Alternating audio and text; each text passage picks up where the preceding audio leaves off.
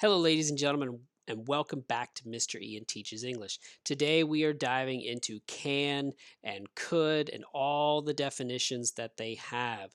So be prepared, there is a lot to learn here. Before we start though, please consider subscribing and letting me know what types of videos you like. If you do enjoy this video, let me know so that I can make more. All right, let's jump in. All right, let's talk about modals.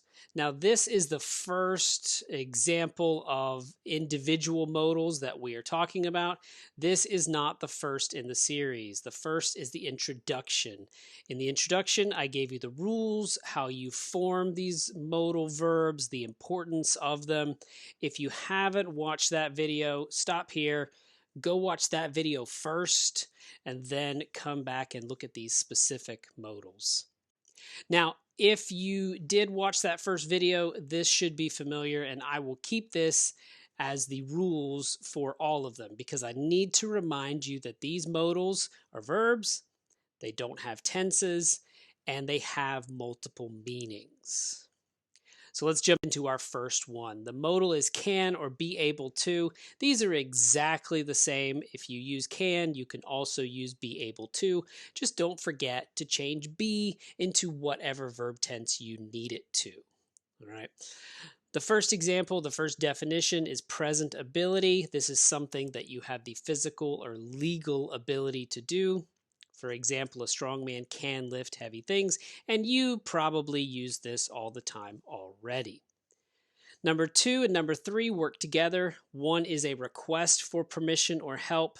Number 3 is giving that permission. So you ask for help with number 2. Can you pass the salt? And you would give permission using the definition for number 3. Yes, you can start whenever you are ready. Now, the difference here and why we use can is for informal situations. This is talking to your spouse, talking to your family, talking to your friends, talking to your colleagues, your coworkers, people that you know. If you don't know them, we'll use something different. But if you know the person, you can probably use can. Now, be able to is exactly the same with the exception that you can also use it with another modal. And this happens sometimes. You need to use two modals. You cannot use another modal with can, but you can use another modal with be able to. The example here, you could be able to lift heavy things. Now, let's jump in and talk about that word. Let's talk about could. Now, could has 4 definitions, and this is where modals become a little more difficult. The first one is the one that most people use the word for, and that is past ability. This is something that you did in the past, but you can't do in the present. So, for example, the old man could play soccer when he was young. The second one is about something in the future. So be careful. Definition 1 is about the past. Definition 2 is about the future. This is about something that is possible in the future. All right, you'll see here that the words may and might also have this same definition. For example, later today, I could go see a movie. It is a possibility in the future. Number 3, definition number 3 is making suggestions. If your friend needs an idea, you can give a suggestion. Suggestions are very weak. Suggestions are not advice. We'll talk about that later. But if you have an idea you want to give to your friend or someone else, you can do it using could. The example here, we could go to the mall as a suggestion. What do we do this afternoon? We could go to the mall. It's a suggestion. And finally, number 4 is a polite request for help. This is similar to can, but it's just more polite. If you don't know somebody, if somebody is a stranger, then we usually use could. In most situations, English is very informal. We use can. But if you don't know somebody, you're talking to someone on the street, you're talking to your server at the restaurant, we use could to sound more polite. All right, let's do a little bit of practice here. In this, I'm going to ask you to identify which definition. Remember, can had 3 definitions, could had 4 definitions. So take a moment, pause the video, and you tell me which definition we're talking about here. All right, we're going to go through these pretty quick. I don't want this video to go on too long. You can always ask a question down in the comments or even try a sentence down in the comments and I'll tell you if you did a good job. All right, number 1, I can eat 50 chicken nuggets. Presentability, and that's true. I did that one time. Number 2, I'm able to eat 50 chicken nuggets for dinner. That's the same. Presentability, it's something that you are presently able to do. Number 3, can I talk to you? This would be a request for permission or help. And this kind of goes with number 4, could I talk to you? Which is just more polite. The first one, number 3, I might say to my wife or my friends.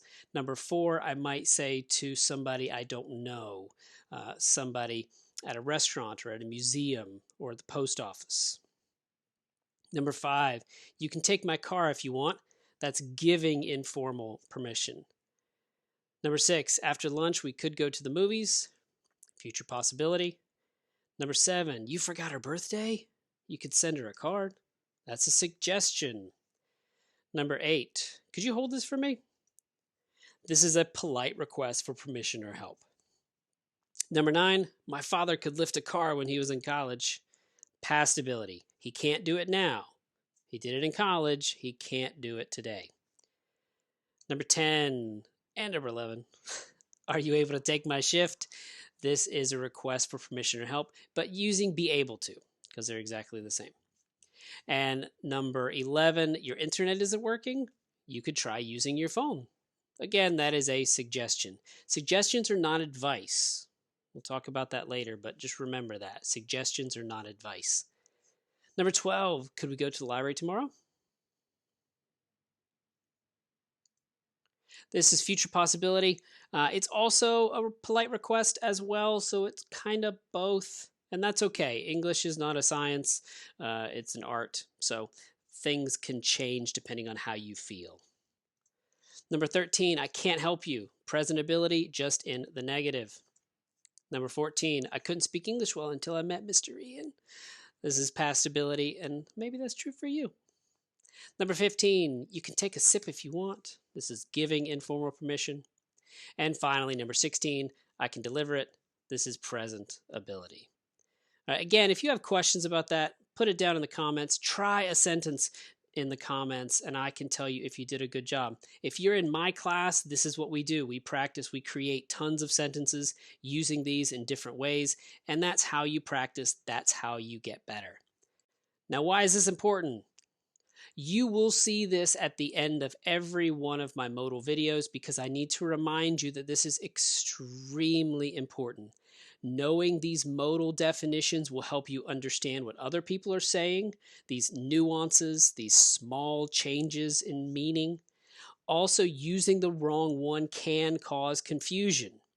If you say, I can go or I could go, those are very, very different. So be sure that you are checking your definitions. Make sure that you are also reading books and listening to television and getting influence, getting some experience, hearing people use these correctly so you can more easily identify them. Ladies and gentlemen, thank you so much for watching. I hope that was helpful. Now, you really need to have some more experience, have some more exposure to these words. Take a book, read it, find when they use can and could, and see if you can understand which definition they're talking about based on context. Also, feel free, if you still have questions, to ask those in the comments. I'll take time to answer each of those, and you'll be better off. So, thank you so much for watching. I'll see you next time.